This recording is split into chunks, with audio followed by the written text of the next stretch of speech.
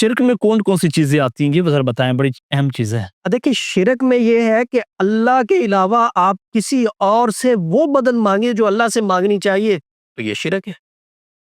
اللہ کی ذات اور صفات کے ساتھ آپ کسی کو جوڑتے ہیں تو یہ شرک کہلاتا ہے۔ اور جو ایک شخص آگ کے پاس آ رہا ہے کہ آپ مجھے مسائل کی بندش کے لیے جو ہے نا بندش ہے اور اس کو کھولنے کے لیے تعویذ دیں، تو کیا یہ شرک میں آئے گا؟ نہیں، میں بتاتا ہوں۔ جس طرح ہم بیمار ہو جاتے ہیں تو ہم ڈاکٹر کے پاس جاتے ہیں دوائی لینے کے لیے۔ ہمارا عقیدہ کیا ہوتا ہے کہ شفا کس نے دینی ہے؟ اللہ نے۔ اللہ دینے۔ دوائی ہم کیوں لے رہے ہیں؟ کہ اسلام نے ہمیں کہا ہے دوائی لینے کا، علاج کا، پرہیز کا بھی کہا ہے۔ علاج ہم کروا رہے ہیں بطور سبب، حقیقت میں ہمارا عقیدہ یہ ہے کہ شفا اللہ نے دینی ہے۔ اسی طرح روحانی علاج میں اگر ہم تعویذات کا سہارا لیتے ہیں یا ہم دم کا سہارا لیتے ہیں، قرآنی آیات کا سہارا لیتے ہیں، تو وہ شرک نہیں ہے، وہ ایک سبب ہے۔